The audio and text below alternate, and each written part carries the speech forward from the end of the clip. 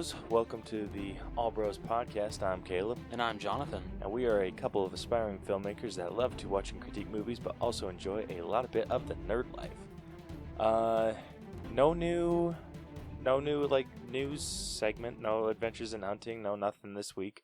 We are jumping straight into our main event, which is our first ever All Bros Rapid Fire Breakdown. Rapid Fire Breakdown. You forgot your own title. I know. I came up with a goodness. killer. What was it last week that I came up with that? Yeah, you did. Yeah, I keep forgetting it. I'm just like, it's we're just doing a ton of them. But yeah, so this is our first ever rapid fire breakdown episode. So for those of you that don't know what that is, we are going back, and every movie that we've broken down in the past that didn't get a rating because we didn't do a rating back then is getting a rating today. Simple as that. Hell yeah, with some help from our friends. Yeah. Yeah, so with that, I think we can jump straight into the main event. Let's do it. Time for the main event. It's main event time. Let's play a game. Okay, like we said, this is a rapid fire breakdown. So, this is every movie that we have broken down from episode 2 to whatever episode Pulp Fiction was. Let me go and find. I need to pull up our Spotify real quick so I can get the episode numbers correct. I actually totally forgot that's the movie we or after that, that's when we started doing this. I thought it was actually before. Yeah, so let's see. So the first one that we did, the first episode that we did this style of breakdown, like with the filling out the different categories, was the Ballad of Buster Scruggs. So we are doing episode 2, which was our breakdown of Thor Ragnarok, all the way to episode 49, which was Pulp Fiction.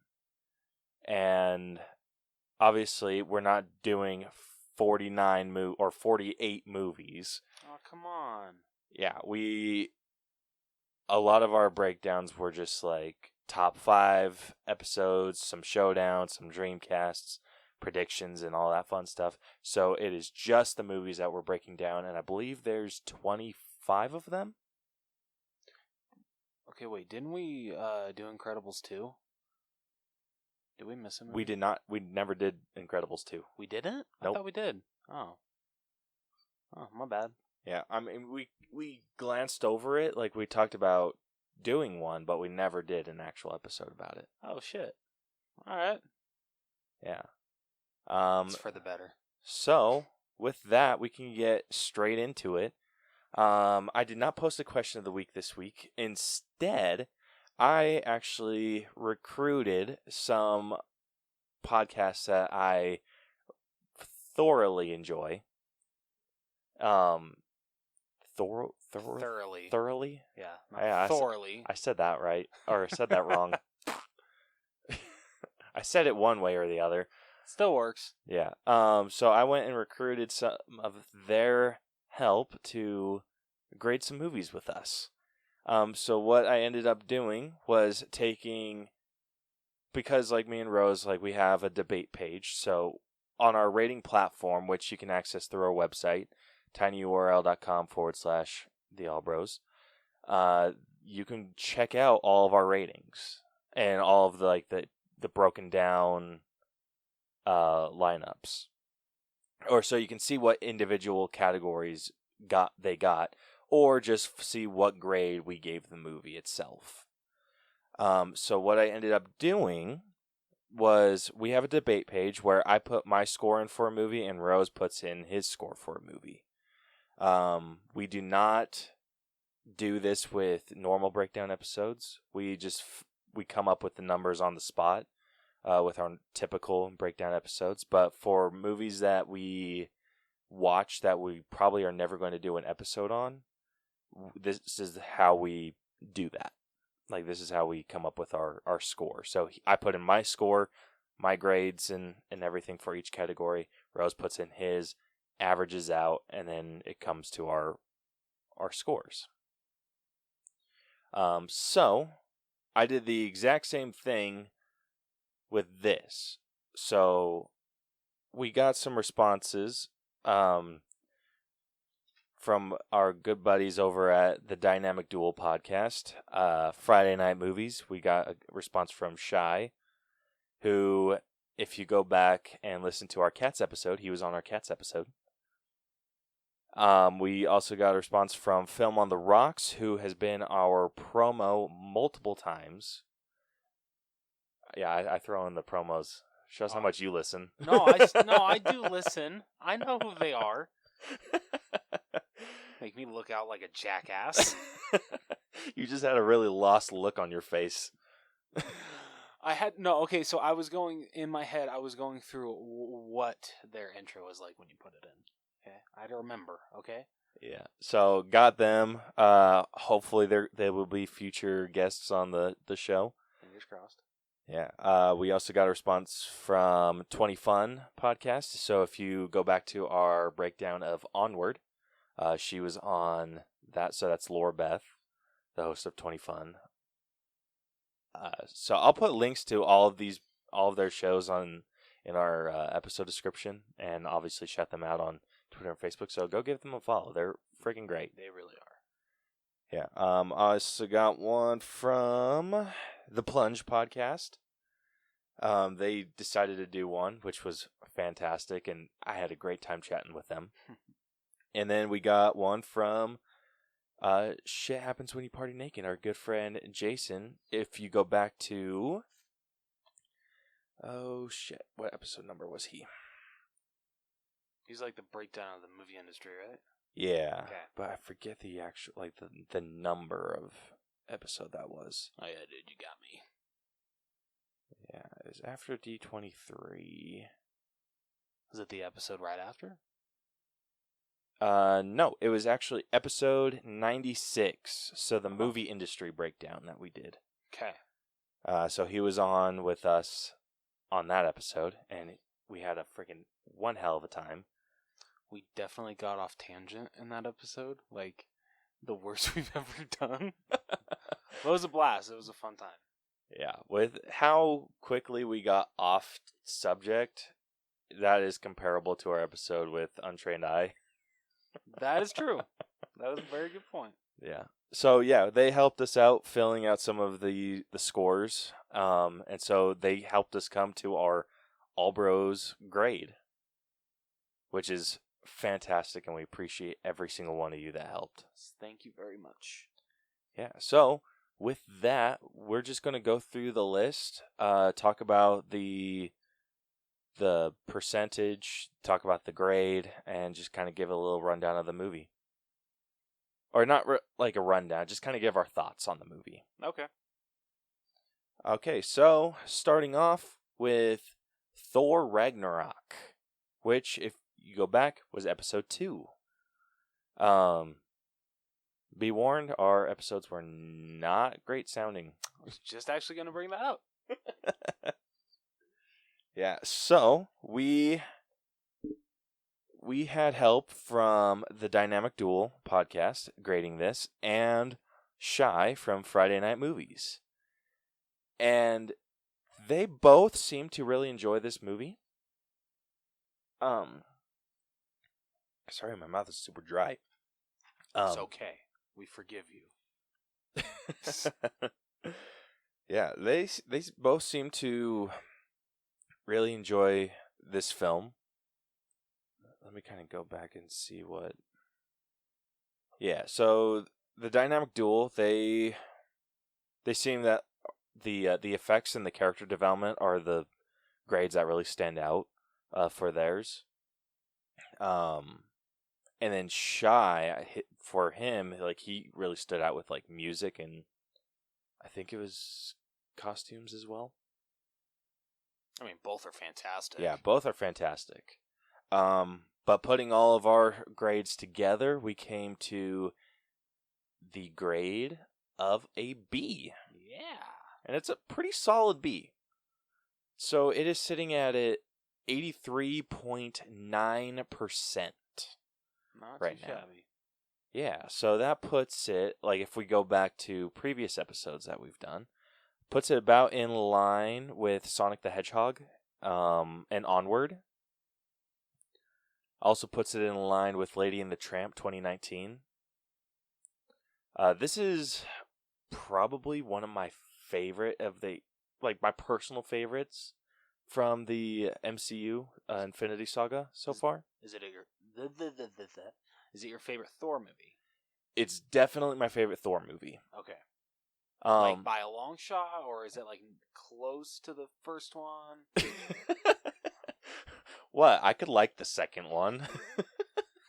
No, you really can't. Sorry. Yeah, it's pretty far above. So like if Thor Ragnarok is number 1, Yeah. Thor is maybe like 3, and then Dark World is like 10. Okay. Yeah. So I Can't really argue love this there. movie, and the biggest reason I really enjoyed this movie was because of Hulk and him kind of having. Shocker. You're such a dick. No, but I really enjoyed seeing him. I wasn't necessarily the biggest fan of how he was portrayed, because Hulk is supposed to be monstrous, and this Hulk felt childish.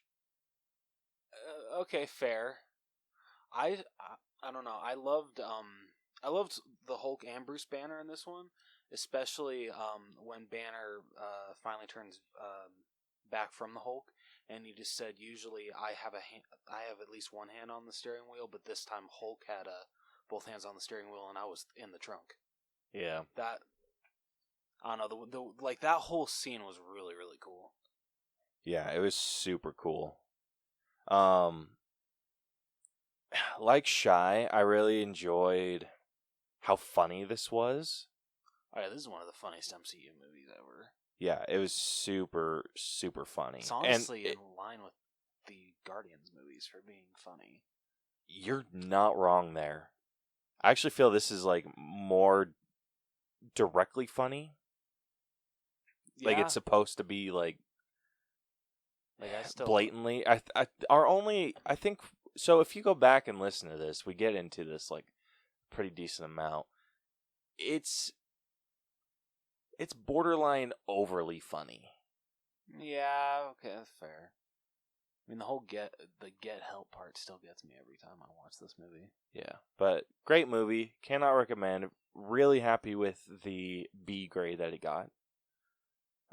Next up we got Justice League. So this is episode 3 if you want to hear more of our thoughts on this movie. And it is sitting at, with help from the Dynamic Duel podcast and Film on the Rocks, the final grade that we came to with Justice League, it's sitting at a D+. Ooh. Yeah, so it is sitting at a 68.375%. Very interested to see when it does come out how Snyder's Cut will go up against this one. Yeah, that's going to be a fun breakdown. That really is. I can't wait. Yeah, so it is so it's actually lower than Charlie's Angels. This is bullshit. Yeah, it's like, and I'm out. Well, the only thing that it has on, the only thing that Charlie's Angels has on Justice League is the music.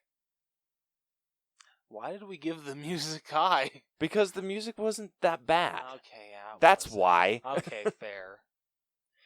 Yeah, it's also in line with Doolittle. Blasphemy. It's actually higher than Doolittle. Oh, okay, by goodness. 2 points. Okay, thank goodness, I'll take it. Yeah, and luckily it is still freaking above 50 Shades of Grey. I don't think any movie's going to be ever lower than 50 Shades of Grey. Cats almost was. Sadly. Yeah, so this was this was a rushed movie. It really was. It highly anticipated. It was just we rushed into it so hard. The biggest thing that saves this movie is the cast. The Justice League was cast perfectly. Henry Cavill's mustache, CGI mustache. Yeah, the two things that save this movie is the acting grade, which is we gave it our average out was 79, and then the effects were at 72. And I'm 99% sure that the mustache is what killed the effects score. Oh yeah, absolutely. Because I think that's the only effect. Cyborg might have looked spotty in a couple parts, but other than that, that's literally the only effect problem I have. Yeah, it wasn't that bad. Yeah, I'm looking at their personal grades for it. The thing that saved the movie with their scores was the costumes. That's fair. And the acting. Okay. Acting and effects. Okay. And then going to Film on the Rocks. Yeah, it was basically the same thing. The acting saved it, and the effects saved it. All right. He also put a note that it wasn't a horrendous movie, but it wasn't good either. Actually, costumes kind of saved it too. He gave a 9 to the costumes. They were super good. I can't get over how much I love the Flash's costume in this movie. Yeah, the Flash's costume. It grew on me. I didn't care for it at first. Yeah. But it grew on me. I just really wish Ezra Miller ran in a different way. Oh my gosh, everyone wishes he ran in a different way. Anyway, so yeah, Justice League sitting at a D+. Next up, we have Coco, which was episode 8, mixed in with our breakdown of Last Jedi. Never make that mistake again. Nope. How long was that episode again? When it comes to like other episodes, it wasn't that bad. It was 2 hours, 8 minutes long. Oh shit, I thought it was like over 3 hours. Nope. Oh. Well, I gotta remember we weren't doing this kind of system, so that's why. Yeah, okay. So it felt like a really long time that we were talking about it. But yeah, go back to episode 8 if you want to hear our breakdown of Coco and The Last Jedi. Watch Caleb fight me over this masterpiece. Yeah, I was hesitant about that. It grew on me though. Okay, good. It grew on me. I'm glad to hear that. So we actually had help with these ones as well, or with Coco. So Friday Night Movies helped grade this as well as 20 Fun. So Laura Beth from 20 Fun, and Film on the Rocks. So all three of those guys helped us come up with our grade for Coco, and it is significantly high. It is. We don't have very many. Well, that's not true. We have a decent amount of A minus movies. But this is sitting at an A-. It's sitting at a very comfortable 91.4%. Very well deserved. Very well deserved. The thing that stood out with this movie with everyone's score was the effects. The effects were just absolutely stunning. Oh, so beautiful. Yeah. Pixar outdid themselves. They absolutely did. Unfortunately, I feel like it ruins other movies. When they Pixar don't movies that followed? Yeah. Okay, like, fair. If you think Toy Story 4, it didn't have the scale, like the majesty of. Okay, yeah, it didn't have the majesty, but I'm going to counter this. That beginning with the rain scene, when it first opens... one scene. Okay, but no, I just want to point out, when that first opens, you don't even think it's animated. That looks like freaking real life. Yeah, well, they mastered that shit for Good Dinosaur. Good Dinosaur is Disney or Pixar, isn't it? Yeah, but I don't like to think about Good Dinosaur. Yeah, no one does. But yeah, you can't. They mastered water in Good Dinosaur. That's the one thing that I feel they got right with that movie. Yeah, considering like how amazingly realistic, like when Woody is laid out on the pavement at the beginning, like just like how you can tell like he's completely soaked and all. Yeah. Okay. Sorry, enough about Toy Story 4. Coco. Yeah.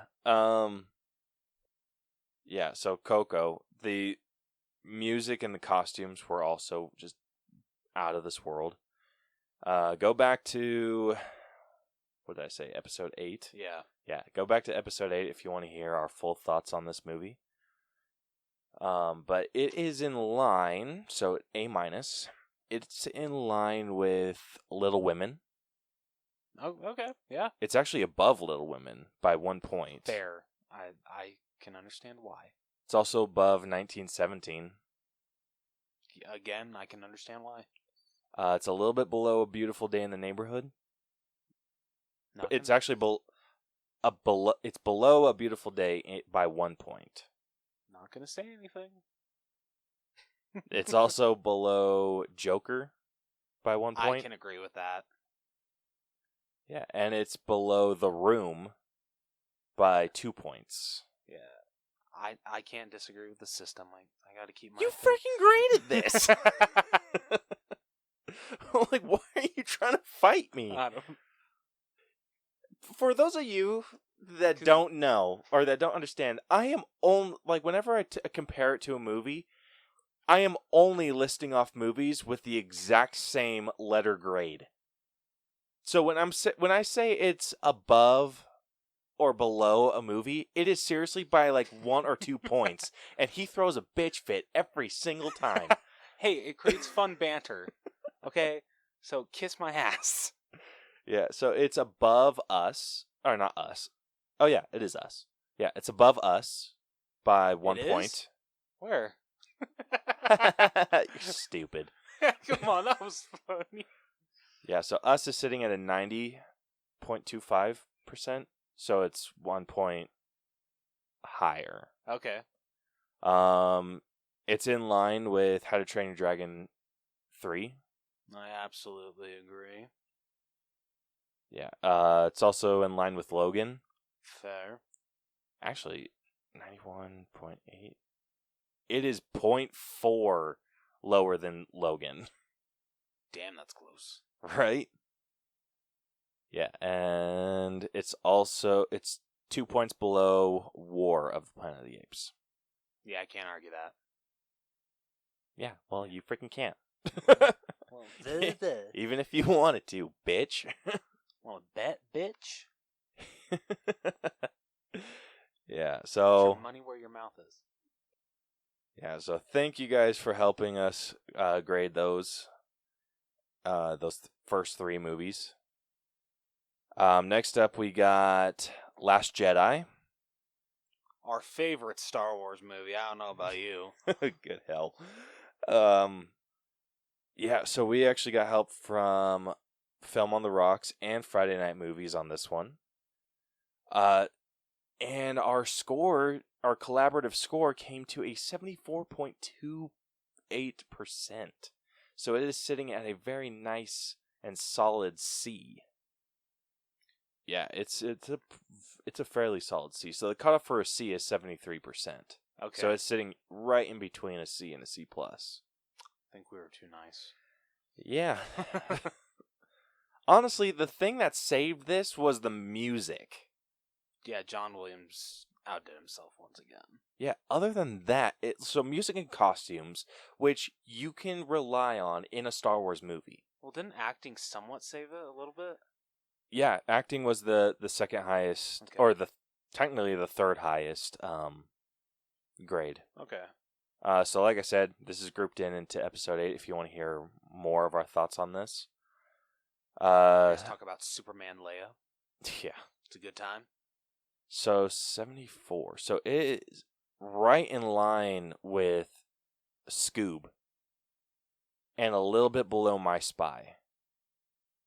I really can't argue that. Are you saying you can't argue that, or are you just... No, I'm saying because I didn't really like Scoob, except for, like the whole Mystery Gang thing. So I really can't say that it's better than The Last Jedi. Yeah. So it is below Rise of Skywalker. yes. So like I said, everyone, these are all of our other C movies. It is a little bit below The Addams Family. All right. It is above Unfriended. And it is above Power Rangers. Blasphemy. I'm just kidding. Yeah, so that's all of our other C movies. It's one of those movies, it's a difficult one because I've tried so many times to rewatch this movie. I can't. Yeah. It's if rewatchability was a factor in this, which you can't judge a movie on rewatchability because you can have an amazing movie that's just kind of not rewatchable. Yeah. And you like the same thing. You can have a shit movie that is rewatchable. But I walked out of this movie being like, yeah, that is not the sequel I wanted to The Force Awakens. Yeah. Not even a little bit. So, anyway. That is Last Jedi. Moving on to Spider-Man Homecoming, which was episode 11. So we graded that with the help of Dynamic Duel. Surprising. It's not that shocking that they graded all of the Marvel DC movies that we've done. That is kind of their shtick. Good taste, my friends. Good taste. Yeah. So with their help, Spider-Man Homecoming is sitting at a very firm B. It's actually a softer B+, but it is sitting at a B+. So it is sitting at an 86.225%. Not bad. Yeah, so the cutoff for our B+ is an 86. Okay. So it is 0.2% from being a C+. But Spider-Man Homecoming deserves this. Oh, absolutely. Such a great way to introduce... it technically didn't introduce Spidey into the MCU. Civil War did that. But it was a great first movie for Spidey in the MCU. Yeah, it was a great movie. The highest category for this was costumes. I'm kind of shocked by that, considering a lot of people hate the Stark suit. I don't. I don't either, but a lot of people do. So it's the highest is costumes, followed by character development, which you cannot argue with how amazing the character development on this movie was. Mm-hmm. It is absolutely fantastic. So a B+ puts it. So like I said, at 86%. So it is 3 points lower than Knives Out. Okay. 2 points lower than The Invisible Man. Fair. It is right in line with The Lovebirds. 1 point lower than Parasite. Okay. What's it ranked up against with Far From Home? Ooh, Far From Home. That's a good question. Spider-Man Far From Home. So Far From Home sitting at an 89. It's still B+. Okay. It's actually one of our more. It's actually it was 0.7% higher, Far From Home would be an A-. Darn. Yeah, but 89.3 is so it's 3 points higher. All right. Than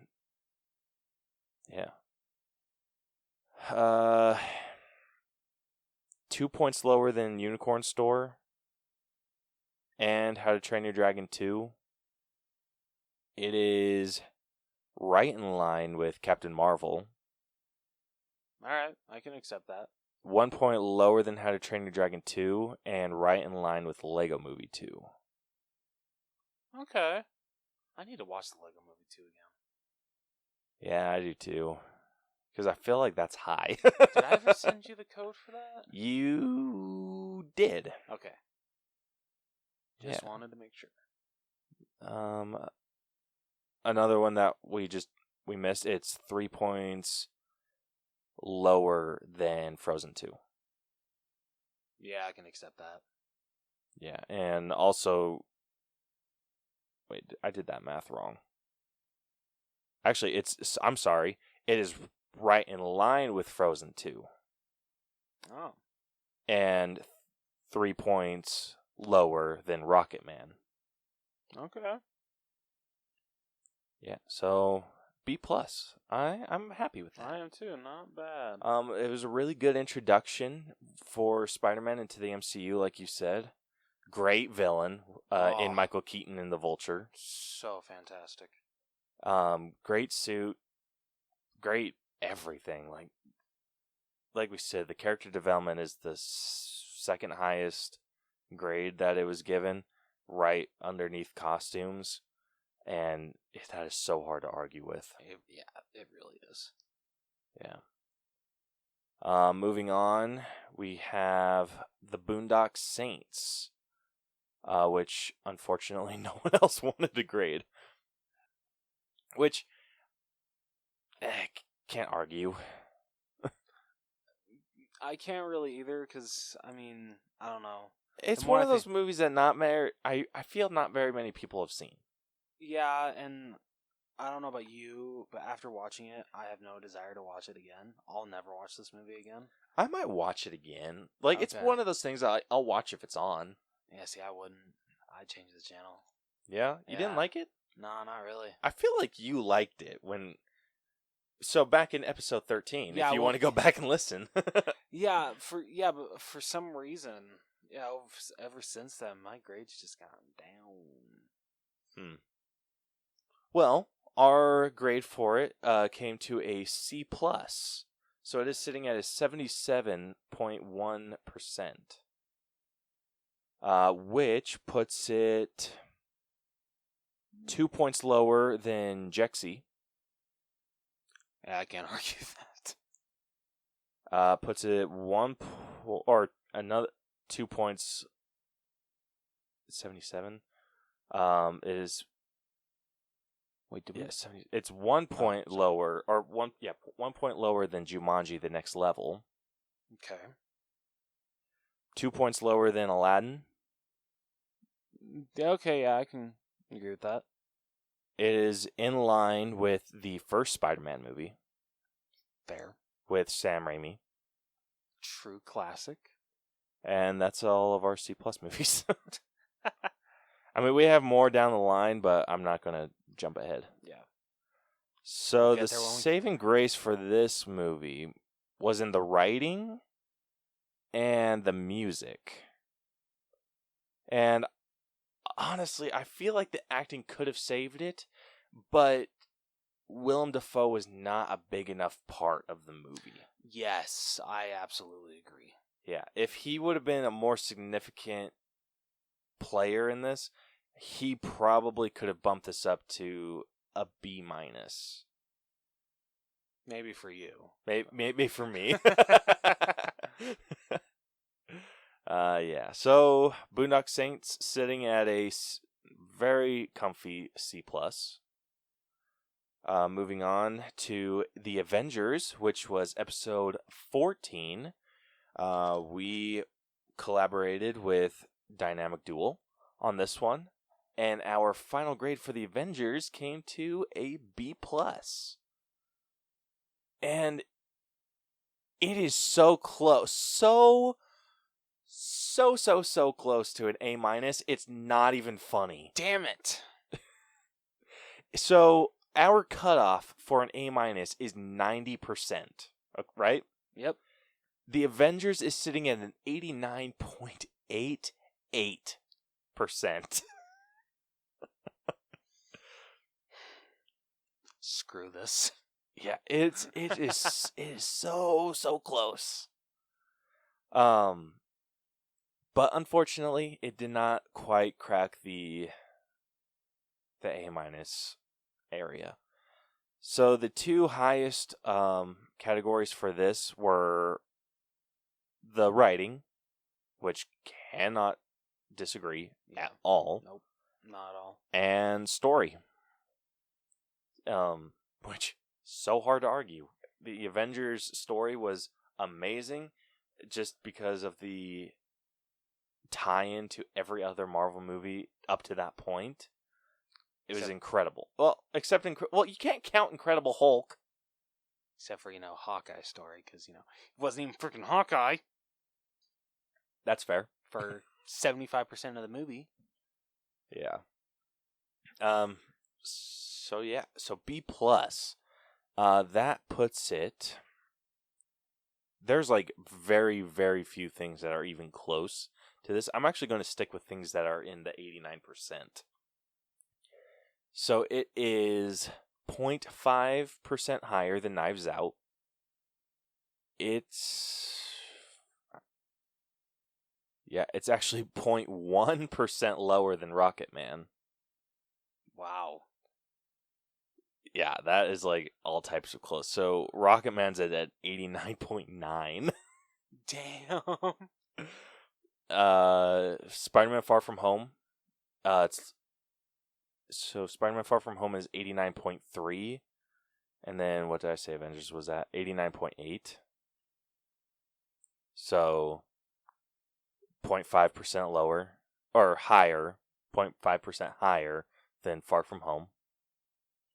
And, yeah, sticking with B+. Hold on. It is right in line. 80, it's 89.8. So it is 0.01% higher than Dawn of the Planet of the Apes. Can't really argue that. You really can't. So, yeah. So congratulations, Avengers. And thank you, Dynamic Duel, for helping us come to that final grade. Moving on next to Black Panther, which was episode 15. Again, we had help from Dynamic Duel Podcast and Film on the Rocks with this one. So Black Panther is sitting at a 89.3%. So the two highest categories for this are costumes and by 0.25% acting. I mean, can you really argue with that? You can't, even a little bit. No. I mean, Chadwick Boseman was fantastic. Chadwick Boseman, what about freaking Michael B. Jordan? Okay, yeah, true. He was incredible as Killmonger. Yeah. Dude, he could have easily played Black Panther if he wanted to. Oh, absolutely. But I think I like him too much as a villain. I do too. Yeah. Yeah, if you want to hear more of our thoughts, like I said, that is episode 15. So 89.3. That puts it 0.5% lower than Avengers. Isn't the biggest thing that brings it down is the effects? Yeah, what's the lowest thing? Yeah. Unfortunately, it's the effects that brings it down. Gotta love that train fight. Yep, absolutely. So looking at Dynamic Duel's grade, their two highest scores were in acting and the music, which the music was off the hook. Oh, one of the greatest soundtracks for not only a Marvel movie, but any movie I've ever seen. Yeah. Looking over at Film on the Rocks, so his was effects and acting. acting and his personal grade for it were tied. Okay. Honestly, I mean, I can see where you're coming from with the effects. The train thing doesn't detract from the effects too much. Yeah, true. It's just, I think we hit it a little bit harder. Yeah, we might have. Yeah, but Yeah, absolutely honestly, agreed minus with that your part, guys's. whenever like the Black Panther suit does transform onto them, it actually does look pretty good. Yeah, it definitely does. It's funny because it's like the individual frames look really good. Mhm. It's just in motion that it looks shitty. Mhm. Yeah. So, like I said, other movies that are B+, Avengers, Spider-Man Homecoming, The Invisible Man, Knives Out, Lovebirds, Parasite, Frozen 2, Rocketman. I'm not going to get into like above or below, because that would take forever. Far From Home. Actually, is it higher than Far From Home? So Far From Home is 89.35. This is 89.34. Ooh. So this is 0.01% lower than Far From Home.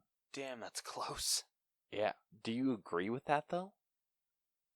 Like, I do think I liked Far From Home better. I do too. Gosh, dude. Dynamic Duel and Film on the Rocks, you guys need to hit us up, see if you agree with this, with the shit that we're saying. Let's see. It's also Detective Pikachu.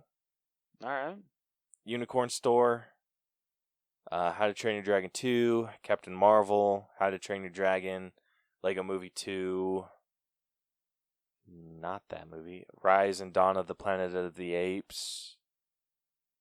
Yeah, that's all of our B+ movies. So yeah, it is so crazy just how close, like, just these comparison of like Marvel movie. I need to make a separate list and be like, this is the Marvel movies list, this is the DC movies list, and just animated fit like that kind of deal to, because I feel like that would, oh. Anyway, moving on. Next up we got The Strangers Pray at Night, which was episode 18. So this one is one where it's just our scores, and the two highest categories for this are the effects and the costumes. Because those three masks are still classic. They are amazing. Rose actually has a hoodie of the artwork on. I do. On the back. Thanks to Caleb. Thank you for one of the greatest birthday presents I've ever received. Yeah, it ended up looking so cool. Really I wanted did. to order myself one. It probably still is my favorite art that Caleb has ever done for a breakdown. I just love it so much. Yeah, I feel like I always get better, but then there's always that one that I just can't seem to beat, and so far it's been Strangers. Like, I was super proud of Scoob, and I feel like Scoob got really close, but it was just no cigar. Scoob, I'm tempted to get a hoodie of that one too. That one's cool, Yeah. especially if you were to get it on the back. Oh yeah, absolutely. Yeah. So The Strangers Pray at Night is sitting at a C+. Not bad. Yeah, and it's at a pretty comfortable C+. It's at a 77.18%. Okay. So that puts it about in line with Boondock Saints. Also, Jumanji: The Next Level, Jexy, Aladdin, Spider-Man. Yeah, and that's all of our C+ movies. So you've seen the first one, right? The first Strangers? Yeah. I don't believe I have. Oh, really? Yeah. Oh. It's a lot more suspenseful. Honestly, it's a lot more scary, I feel. Fantastic. So check it out. Yeah, I'm a little bitch when it comes to horror movies. He really is. I feel like I've gotten better, though. I'm not as bad as I used to be. Yeah, we don't have to have the volume turned down to 5. No, we can have it like 7. It's a start. It's a work in progress. Okay, next, moving on. Let's drop my list. Yeah, moving on. The next movie that we're going to talk about is The Greatest Showman, which was episode 23. So the highest grade for this movie was music, because duh. Yeah, not surprising anyone. Yeah, and then right next to that is costumes. Oh, so good. So good. Yeah, so this is sitting at a B minus. So it's closer to a B than a C plus. Because our cutoff for a B is 83, and this is sitting at an 82.9%. So it is just barely missing the B range. So, well deserved. Not bad. Not bad at all. Yeah, so the B minus grade puts it in line with Birds of Prey, Okay. as well as It Chapter 2. I gotta rewatch that. Have you rewatched It Chapter 2 since you saw it in theaters? haven't. I haven't either. I need to. Because I've seen the first one so many times. Yeah, it's also in line with Good Boys. Oh, I love that movie. Yeah, that movie's freaking hilarious. It's also in line with Magnificent Seven and Star Wars Rogue One. Alright. Fair. Yeah, we don't have a lot of B minus movies. We don't. It's kind of shocking. Yeah, we have more B plus and Bs than we do B minus. We're too nice. I'm just kidding. Yeah. So, Greatest Showman. Great musical. Oh, yeah. Okay, we get into it. So, like I said, go back to episode 23. But I feel like our biggest complaint with that movie, you did not have to make it about P.T. Barnum. P.T. Barnum. Because we all know he was an asshole. Yeah. So that kind of like really makes you feel you don't want to root for him in this movie. Yeah, like if you didn't know his history, you could be mistaken that he was actually like somewhat decent. Yeah. But knowing who he was or being familiar with his history, I felt like this movie made me uncomfortable. Yeah, no, I completely agree. Like you seriously could have named him literally anything else. Mm-hmm. Yeah, and you still could have called it The Greatest Showman. Yeah. And that sucks. It does. It's not even historically accurate. It's not even close to historically accurate. No. Like, I don't know why, but remember in Ghostbusters 2016 when the guy who's giving the tour, he's just like, in this exact room, it's been said that P.T. Barnum came up with his idea to enslave elephants. I don't know why that. What the shit? Yeah. I don't know why that scene just popped into my head. Yeah, that's... I hate that. I hate when something is based off of a historical figure, but it's not historically accurate. Yeah, it's annoying. Yeah, like, I'm not even sure, like, Once Upon a Time in Hollywood, I'm not even sure that's historically accurate. Still haven't watched that movie. It's good. I have to do some more research on, like, the historical accuracy, because I feel like someone in that movie was supposed to die that didn't. Okay, is it one of Tarantino's best? Personally, for me, no. It's not in line with Pulp Fiction? It's not even close to Pulp Fiction. Damn, okay. It's not even close to freaking Reservoir Dogs or Django. Or what about The Hateful Eight? I have not seen The Hateful Eight yet. Mm-hmm. So it's actually on my list of things to watch. Did Tarantino do True Grit? Or is that someone else? No, that was someone else. Oh, my bad. Yeah, I think that was the Coen brothers. Oh, yeah, I think you're right. Yeah. Don't quote me on that, though. Anyway. Like we said, if you're going to make a movie about a historical figure, make it historically accurate.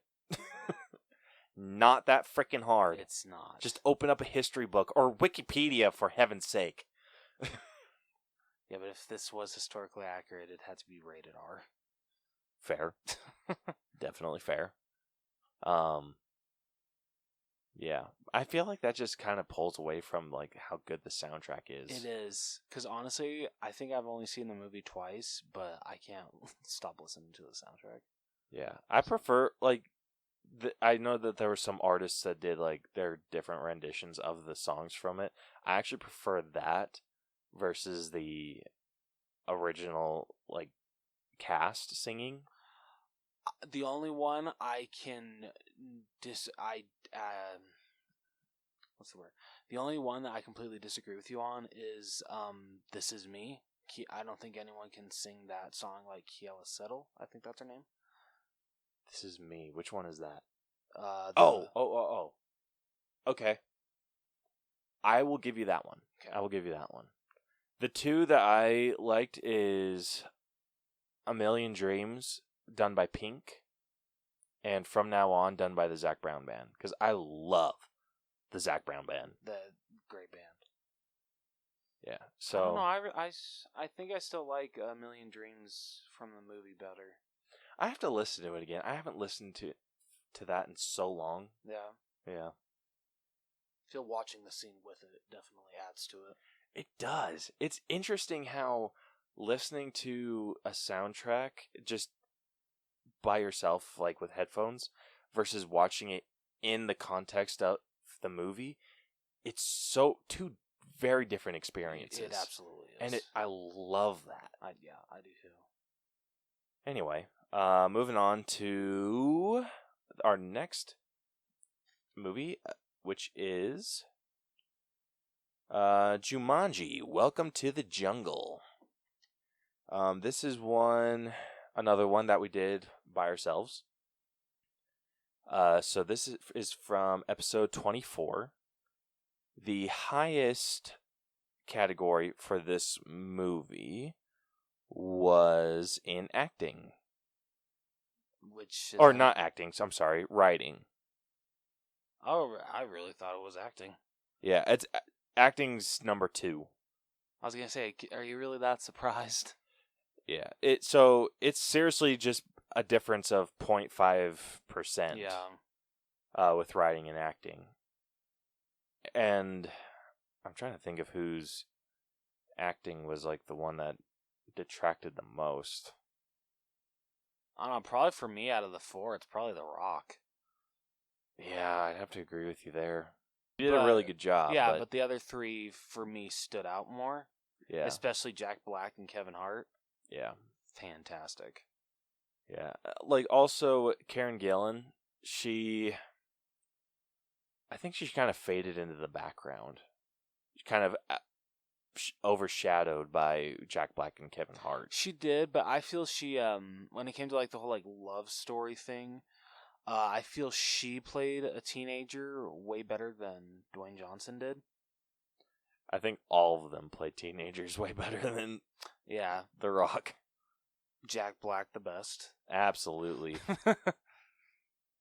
Yeah, if we're ranking them, it's freaking Jack Black, Kevin Hart, Karen Gillan, Rock. Yep. But yeah, the writing I feel is the thing that excelled the absolute most. Oh, absolutely. I felt it was really smartly written, really well done.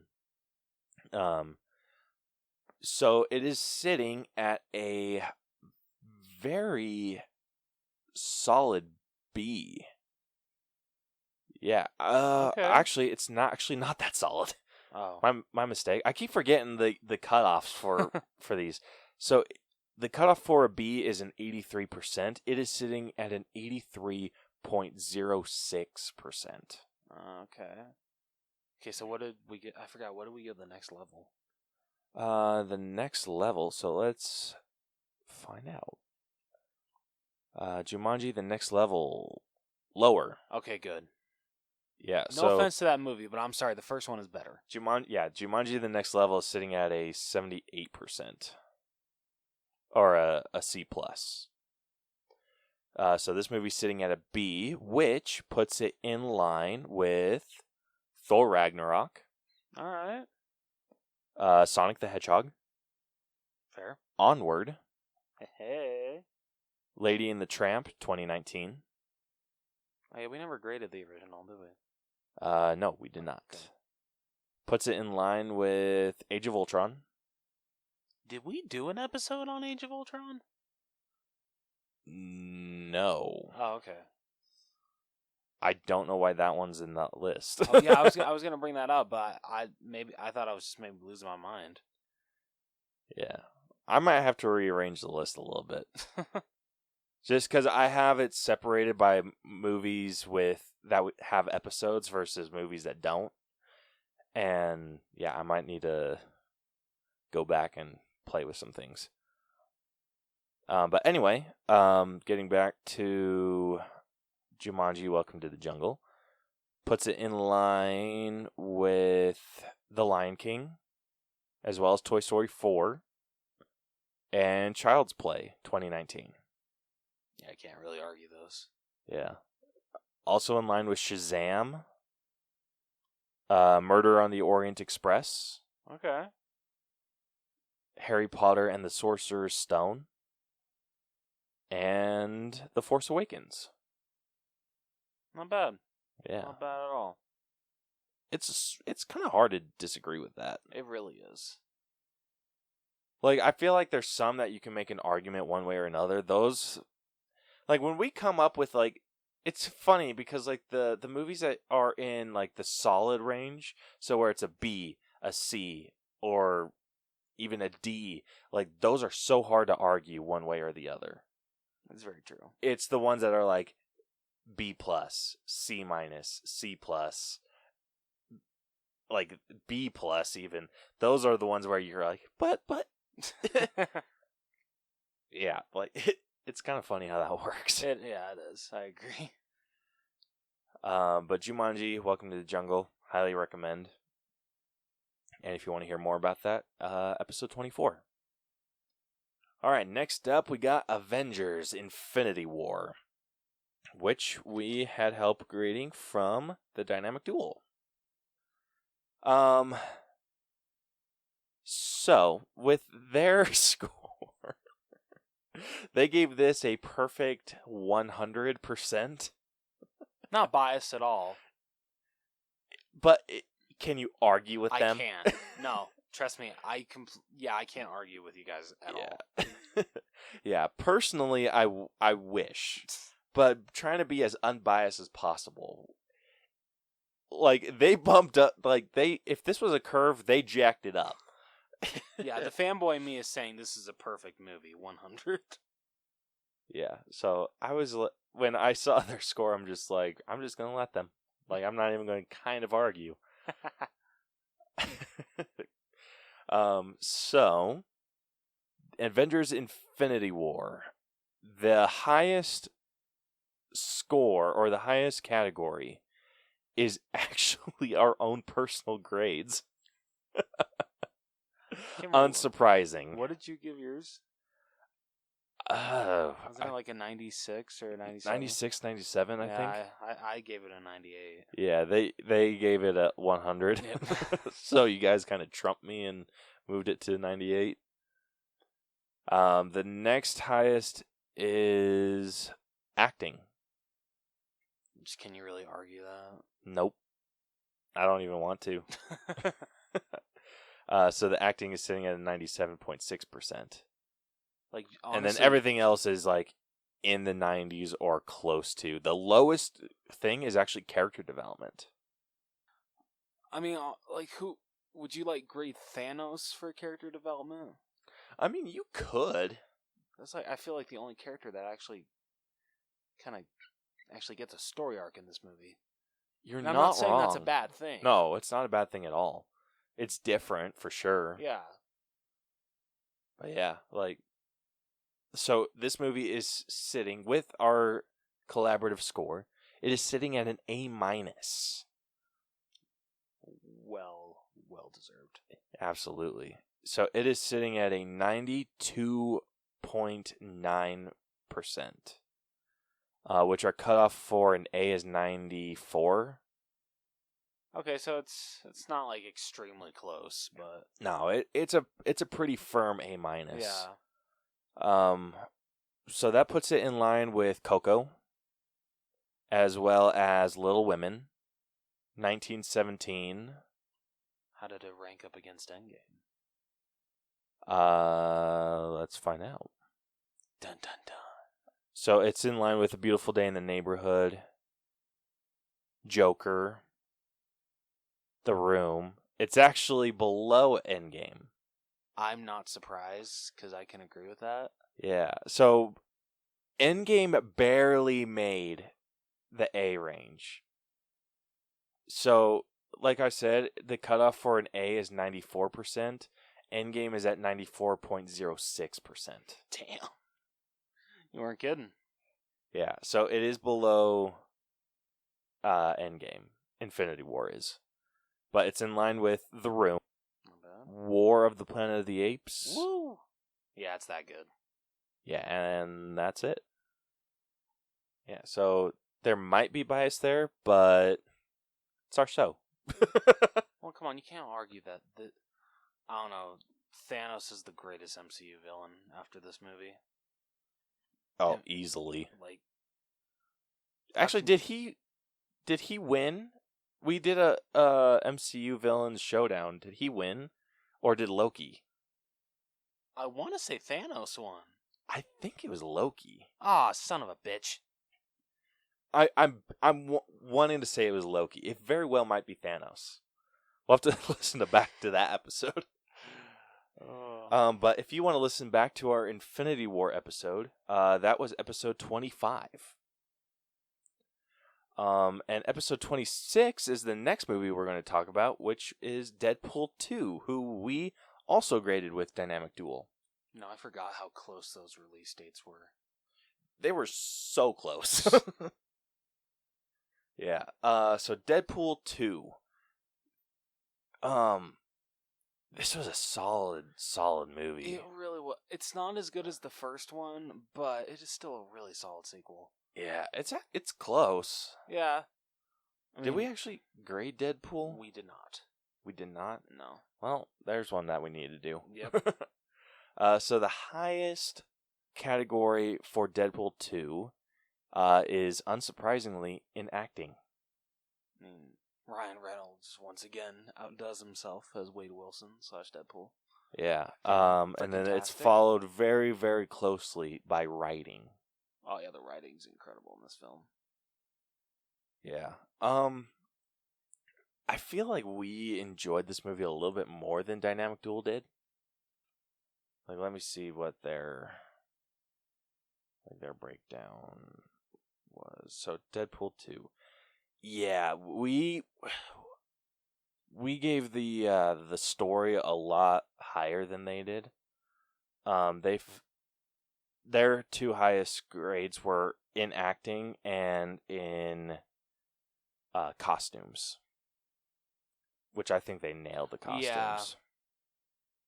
Yeah. So Deadpool 2, our collaborative score, it is sitting at a B minus. So it is sitting at an 81.08%, which is a pretty solid B minus. So other B minus movies are Greatest Showman. We don't have a lot of B minus movies. Birds of Prey. It Chapter 2. The Good Boys. The Magnificent Seven. And Rogue One. Hey, not bad. Yeah, that's a pretty decent little area for it to be in. Yeah, that really is. Yeah. So, like I said, if you want to go listen to more of our thoughts on that movie, go back to episode 26. All right, next up we have our episode 29, which was Ant-Man and the Wasp, which we graded with the help of Dynamic Duel. And we we definitely disagreed with They them on this movie. they didn't like it. They did not. Well, I'm sure they liked it. I'm sure they liked it. Yeah. It's so on their show they gave it a 3-star rating. Which, that's fair. Yeah, Makes and then sense. their Deadpool 2 was a 3.5 star. Okay. I And can they agree with give that. their reasons. They give their reasons. But I actually, because I was so interested in how close the grades were in their episodes versus ours. So Deadpool 2, they gave a 71.8% with, if you calculate all of their scores alone. So their scores alone, turned out to be a 71.8%. Ant-Man and the Wasp scored a 59.1%. Damn. Yeah, like shit. And so that is a difference between a C- and an F Shit. by our grading system. And our grading system, the cutoff for an F is 60. So Hot damn. yeah, so they were 0.9% away from being a D-. Holy shit. Yeah. So, but ultimately, I feel like we came to a pretty decent grade for this movie after adding up all of our scores. So the final grade for Ant-Man and the Wasp is a C. And it's sitting at a 75.3%, which is a pretty strong C. It's really close to a 7 or to a C+, which is a 76. So the highest category for Ant-Man and the Wasp was in effects. Which, I mean, Ant-Man movies do really good in effects. Yeah, they do. You can't really argue that. Yeah, and then the next highest was in the costumes. Oh, yeah. Evangeline Lilly's Wasp costume. Ooh. Fantastic. Freaking amazing. Amazing costume. Yeah, if you want to hear more of our thoughts on Ant-Man and the Wasp, episode 29. Alright, next. Our next movie is Christopher Robin, which was episode 31. So this one we did by ourselves. And this one was a solid movie. It really was. Like, I don't know. This just brought me back to my childhood. It's such a feel-good movie. If you're feeling down, watch this movie. It will lift your spirits. Hell yeah. And it's rewatchable as well. Oh, absolutely. So rewatchable. So the highest graded category in this was in acting, followed really closely by our own personal score. I mean, you really can't argue acting with Jim Cummings and Ewan McGregor. Oh, absolute perfection. Yeah. Absolute perfection. Absolutely. So this movie is sitting at a really, really solid B. So it is sitting at an 84.56%, which puts it in line with Jumanji, Welcome to the Jungle, Thor Ragnarok, Sonic the Hedgehog, Jexy, Lady and the Tramp 2019, Avengers Age of Ultron, Lion King, Toy Story 4, Child's Play 2019, Shazam, Murder on the Orient Express, Harry Potter and the Sorcerer's Stone, and Star Wars The Force Awakens. Alright, not bad. Not bad at all. Jinx, you owe me a Coke. You're freaking stupid. How old are you? Mentally or physically? I don't need to know either of that. Okay, fair enough. Alright, next up we have Tag, which was episode 34. Kind of an average movie. But still a fun movie. It is fun. It's fun. It's one of those movies you have to watch with friends, I feel. I don't think it's as fun alone. I've watched it plenty of times alone, but I can see where you're coming from. Yeah, so the highest category for this was in acting. Followed closely by the story. Or it's actually not that closely. It's just followed by the story. The story follows these friends that every year, like in February, I think. Yeah, I think so. Yeah, for an entire month they play tag, and it continues on to and they've been playing this for years. And then there's that one friend that they just can't seem to ever tag, and so yeah, it's a fun movie. It's a fun movie. Like I said, go back to episode 34 if you want to hear more. I still think it's really cool. It's based off a true story. That is amazing. But yeah, it is sitting at a solid C+. Well deserved. Yeah, so it's sitting at a 77.9%. So it's actually closer to a B- than it is a C, because our cutoff for a B- is 80. Alright. Yeah, so it's right in line with Strangers Pray at Night, Boondock Saints, Jexy. Wait, what? Oh, I effed up. So I meant to say with Christopher Robin, Onward, not Jexy. Whoops. I'm mildly dyslexic, I think. So yeah, it's in line with Jexy. Jexy is a C+. Jumanji Next Level, Aladdin, Spider-Man. Yeah, and that's it. Good movie. Like I said, if you have thoughts, go to that episode I told you to. It's difficult with these, the lower ones, or at least with, these particular ones, where there's just they were good, because you don't have a lot to say about them. Yeah, I mean, the cast was fantastic. The cast was amazing. Yeah. Alright, moving on to another Star Wars movie. Solo. A Star Wars story. Whatever. You have to say the whole thing. No. Yes. I don't have to do shit. So Star Wars, or gosh damn it. Solo.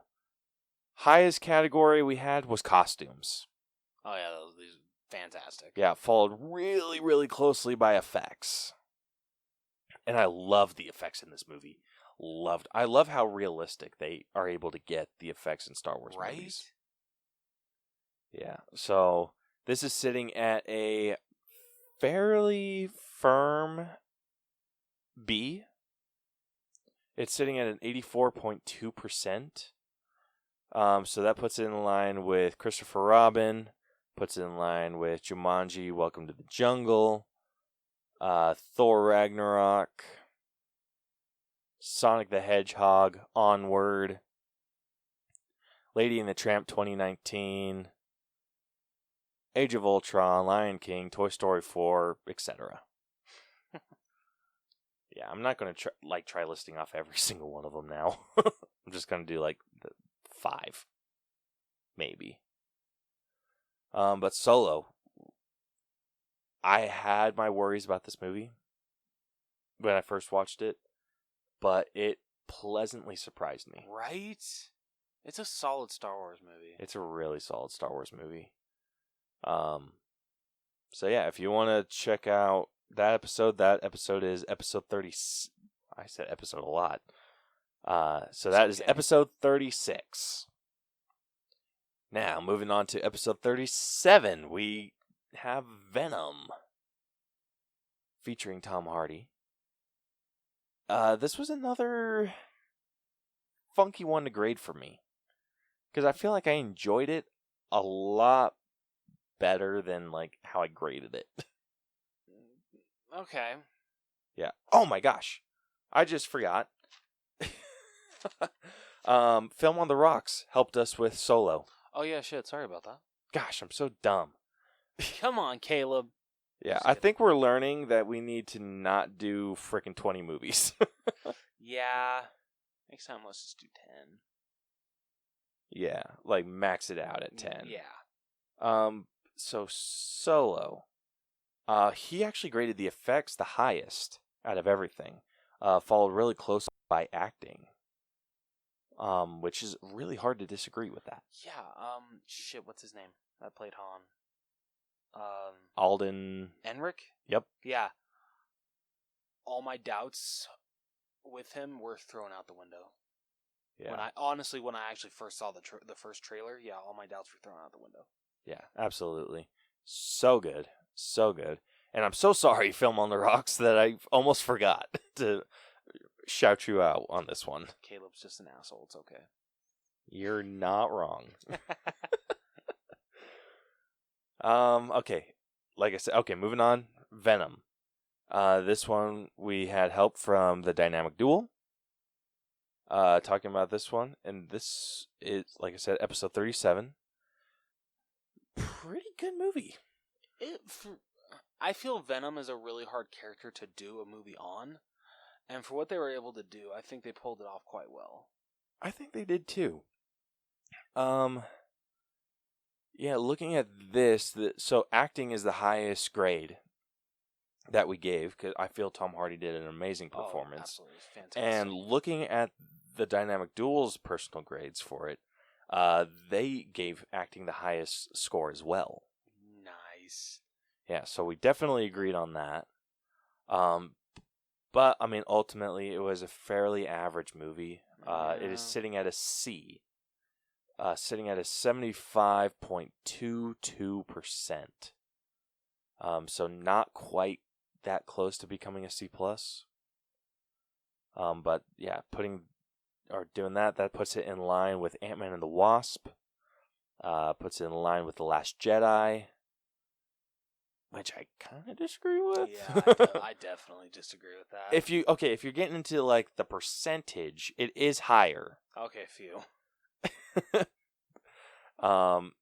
It's also in line with My Spy and Scoob, as well as The Rise of Skywalker. Alright. Not bad at all. Yeah, definitely not bad. So thank you, Dynamic Duel, for helping us with that. The next movie that we have is Scott Pilgrim versus the World. So this was episode 39. And I think the highest grade we gave to this was 90.6. As well as Film on the Rocks. So let's see what he ended up giving Scott Pilgrim. Yeah, so he gave Scott Pilgrim the highest in effects as well. You can't really argue there. Yeah, the effects were damn near flawless. They looked really, really good. Mm-hmm. And then the next highest was, I mean, for us, it was acting. So I actually really liked Michael Cera in this movie. Yeah. Oh, it was also acting for Film on the Rocks as well. Oh, hey. Yeah, it was good. His biggest complaint is that he didn't like the story and the character of Scott Pilgrim, which, if you think about it, Scott Pilgrim's kind of an asshole. Oh, he is, absolutely. So you can't fault him for that. No, absolutely not. I personally love this movie. I don't love it. I like it. I think it's good. Yeah, I like just the subtle effects that they have, and like we said, that's the highest grade that we've given this movie. I love the effects. I will watch it just to watch the effects.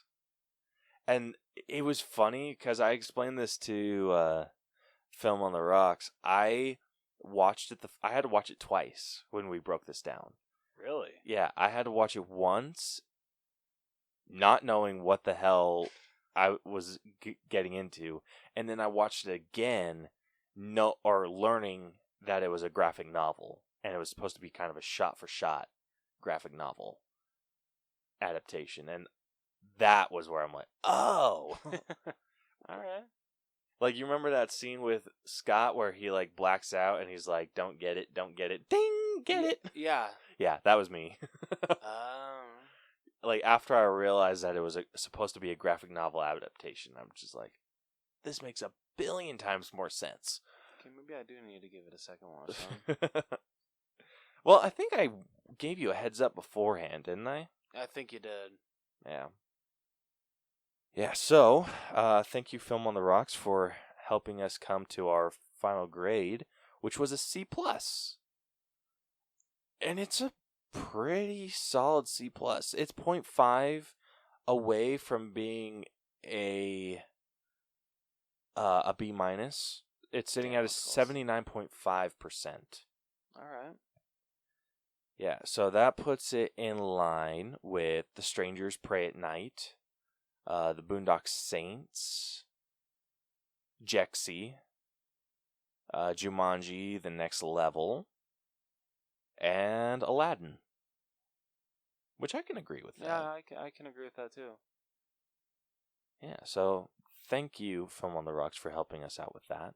We really appreciate you and your input. Like, I loved reading through all of your breakdown. Like, the notes that you put. Like, he put, like, this is just his personal grades.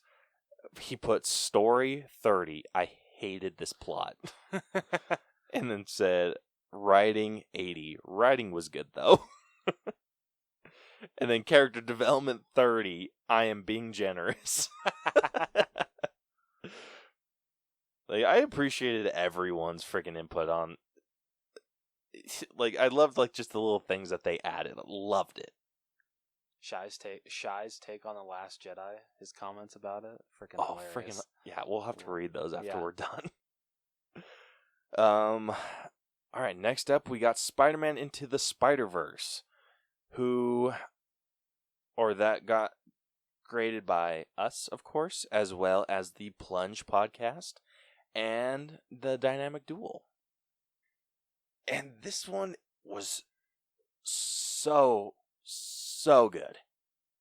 This is close to being a masterpiece. It is a masterpiece. Yeah, it is. I don't know what the hell you're talking about. I don't know what I am either. I shit you not. Mind. There was 5 different people grading this. Me, Rose, Dynamic Duel. I don't know if they did it together or if it was like one or the other. And the Plunge. Wait, that math didn't add up. 4. There's 4 of us that graded.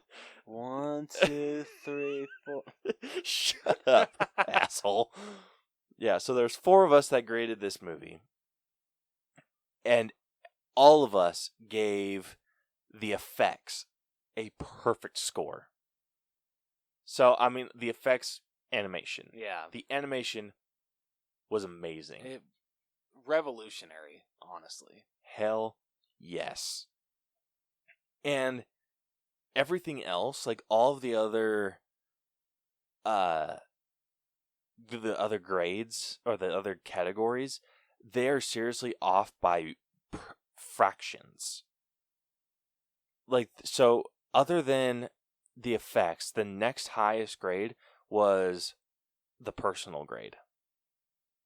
And then followed by that, it was like character development.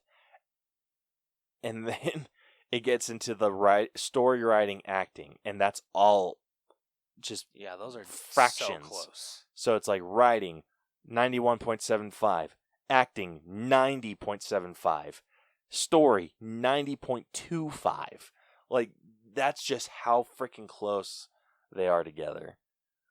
So our final grade for this movie came to an A-. So well deserved. Which is the score that it came to for everyone. Hell yeah. I don't know what our score... Actually, I can look that up. I think I gave it a 95. Oh, actually, we can't look it up. Never mind, I lied. So I can't Liar. I can't look up what we gave it, like what our grades for it were. But the Plunge podcast, they gave it, like if you added up all of their score, they gave it a 90.6%, which was an A-. And Dynamic Duel gave it a 90.8. So they were off by 0.2%. So honestly, I think because the average comes to a 92.59%, so it's sitting at an A- still. I think we were the ones that bumped it up. Yes. With how much we freaking enjoyed this movie.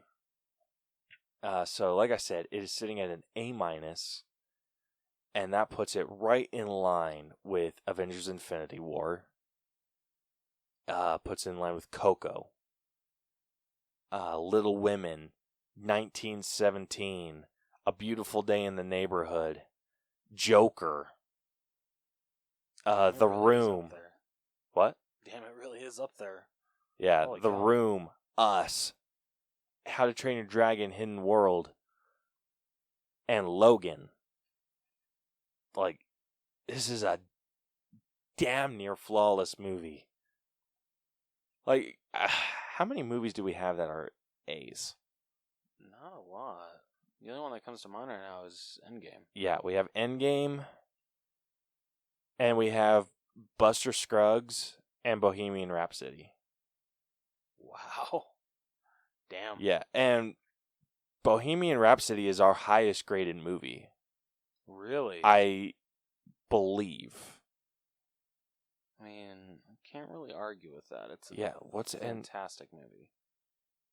Yeah, it's actually beating out Endgame as well. No! Yeah, so Endgame is sitting at a 94.06. Bohemian Rhapsody is at 95. And The Ballad of Buster Scruggs is 94.625. And like I said, the cutoff for an A is a 94. So Buster Scruggs and Avengers Endgame are both barely freaking making it. Wow. So if our top three movies, our top three in order, Bohemian Rhapsody, The Ballad of Buster Scruggs, Avengers Endgame. Wow. Damn. Yeah. Like I want to see what our top 20 looks like. I do too. I think that'd be super interesting to see. I might end up doing that. Just for shits and giggles. But yeah, thank you, Plunge, and thank you, Dynamic Duel, for helping us with Spider-Man Into the Spider-Verse. Moving on to Aquaman, which we got help grading this from the Dynamic Duel. It's interesting where this one fits in.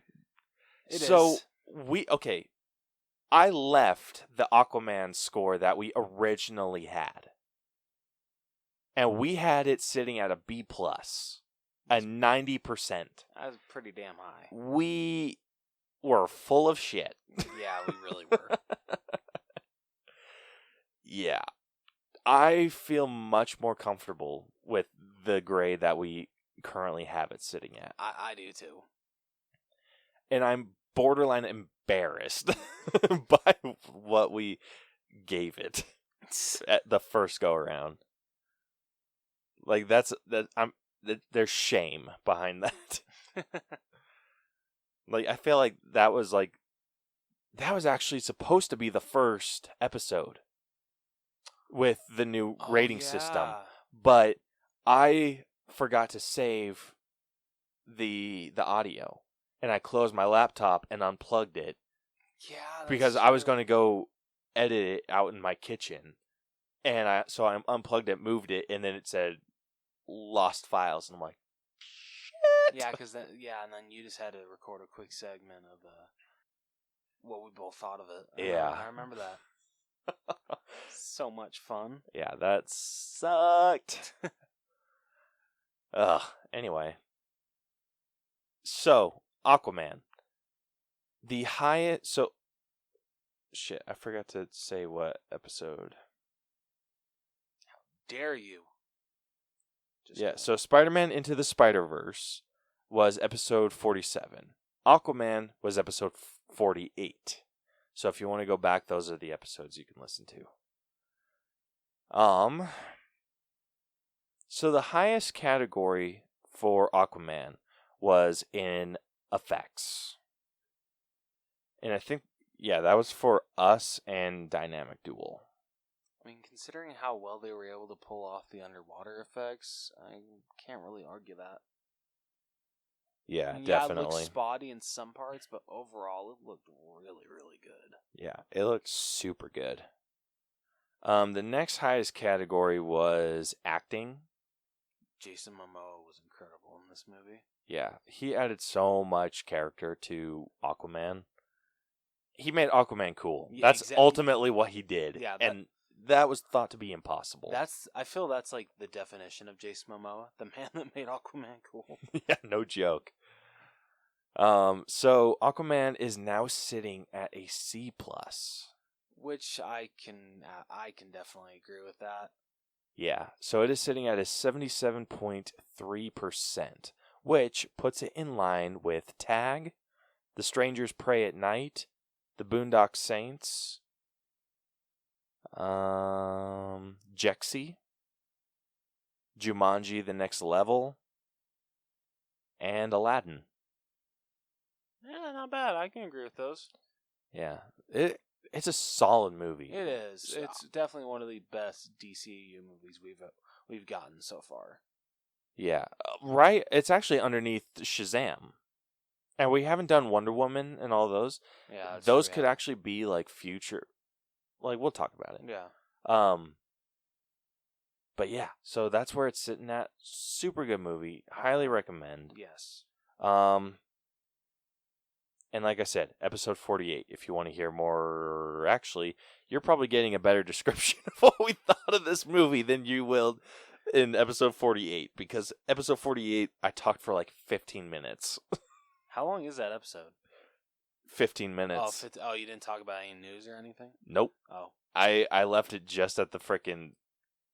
Dude, because I didn't realize... So I closed my laptop, took it to the kitchen on, I think it was Sunday night. So it was like, get something out, like record and get something out, or no episode. And we were already like in the swing of like doing a week. Yeah. And so I was just like, shit. Oh. Okay. And lastly, our final breakdown episode grading system thing, Pulp Fiction. I didn't know how else to describe it. Like, you do it. No, I can't do it better than that. That's perfect. Yeah, so Pulp Fiction. And we got help grading this one from our good friend Jason over at Shit Happens When You Party Naked. And like I said, episode 49. I don't know about you, but I'm pretty sure this is his favorite movie. Actually, it's not. Oh, it's not? No. Oh, his favorite movie is Big Trouble in Little China. You know what? I think he mentioned that on the episode he was in. He sure did. Wow, I suck. And he told us we should watch it. I'm the only one that has. I'm sorry, Jason. I failed you. Yeah, well, you can still rent it. How much is it to rent? I think I rented it for like $5. I'd rather just buy it for like... I'm sure I can find it for like 10 or 15. Bet. Really? It's that expensive? We'll get into it. I've seen the Steelbook, but I don't think that they make the Steelbook anymore, which sucks, because the Steelbook was so nice. Yeah. I think Jason has it on his Instagram. Oh, I'll have to check it out. Yeah. So anyway, the highest rated category for Pulp Fiction was the writing. The writing was amazing. Absolutely amazing. And it was actually followed up really closely by acting. Yeah, I didn't think a movie with Samuel L. Jackson and John Travolta working together would work, but it sure did. It did, and I think this was a movie before they were big. I think so too. Well, I I think it was before Samuel L. Jackson was big. I think John Travolta was already big. I think you're right there. So I think Grease we'll had have to see. Yeah, because I think Grease had already come out, and yeah, but and same with like Bruce Willis. Bruce Willis was in this, and Yeah. I don't think he was a household name like he is today. yeah, because Die Hard hadn't come out or anything. Nope. So this was an amazing movie. Absolutely amazing. And this was one of our first introductions to Quentin Tarantino, wasn't it? Yeah, this was actually the first Tarantino movie I ever watched. Yeah. And I watched this shortly after I watched this, and then shortly after I watched Django.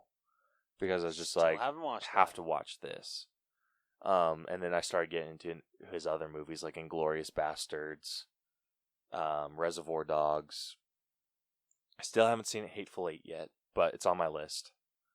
Then I watched Once Upon a Time in Hollywood. So I've made my way through most of his movies. A lot more than I have. Yeah, no joke. So Jason gave this movie a perfect 100. Actually, there was one category he gave 11 out of 10, but I forgot which one. Yeah, and we don't apply for 11 out of 10. Unfortunately. I think it was probably music. Yeah, it was music. Yeah, it was? Okay. Yeah. Yeah, unfortunately, I don't know how to apply for an 11 out of 10. So, sorry, Jason, I put down that you put a 10 out of 10. But it averaged out to be another A- movie. Not bad at all. Yeah, so this one is sitting at a 92.4%, which is surprising. I'm trying to see what it was. Oh, so the only thing that because it was in line with like everything into Spider-Man, but it's 0.1% lower than Spider-Man Into the Spider-Verse. The only thing they killed it was effects for me. Oh, you didn't like the head exploding? I think Quentin Tarantino overdoes it. Like, a bullet does not explode a head. Does it blow the brains out the back? Absolutely. Does it explode the entire freaking head? No. Well, doesn't it kind of depend on how close a range it is? No. Oh, it doesn't. Oh. It does. No matter what you shoot with a pistol. Okay, if you had like a shotgun to his head, that's different. Yeah. If you have a pistol, you're going to have a small impact, large exit wound. Yeah. You're not going to blow up the entire freaking head. Have brain chunks everywhere? You might have brain chunks. Okay. You're not going to have you're not going to blow red across your entire back window. It's going to splatter, but it's not going to freaking just cover it in red. Why don't you say blood? Why you have to say red? I don't know. Okay. I'm stupid that way. Yeah, I think I'm the one that actually killed this movie, so Jason can be mad at me. Asshole. Yeah, so this movie's sitting at a 92.4%, which puts it right in line with Spider-Man Into the Spider-Verse, Avengers Infinity War, Coco, Little Women, 1917, Beautiful Day in the Neighborhood, Joker, The Room, Us, How to Train Your Dragon Hidden World, Logan, War of the Planet of the Apes, and that's it. Alright. Yeah. Not bad. So, that concludes every backlogged episode that we've ever had. So, as of today, officially, we have every single movie that we have ever broken down graded. Whoop whoop. Yeah. And some additional ones.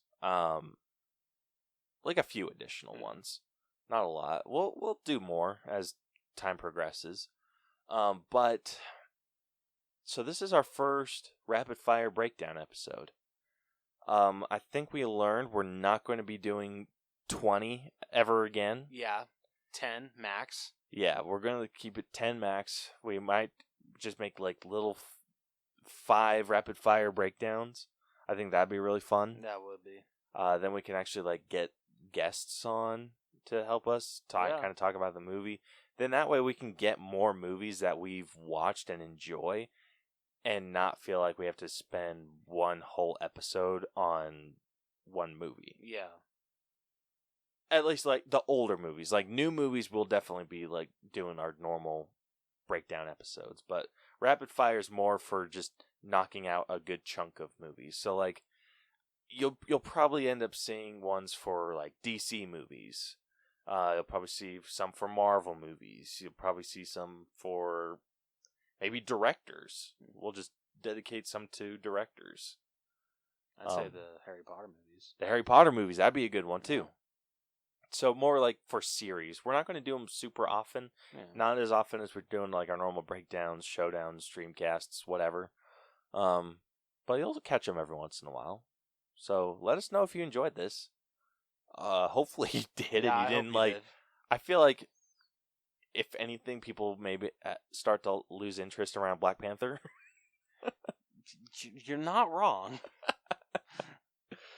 But yeah, let us know if you have some criticisms, constructive criticisms on how we can improve these rapid fire breakdowns. Won't kill us inside that much. I'm just kidding. That much. Yeah, that much. But big thank yous to the Dynamic Duel podcast, Friday Night Movies podcast, Film on the Rocks, 20 Fun, the Plunge podcast, and Shit Happens When You Party Naked for helping us with our first ever rapid fire breakdown. Yes, thank you very much. We really appreciate it. Yeah, we had a ton of fun talking about everything that you guys sent us, and we hope you guys participate in the future.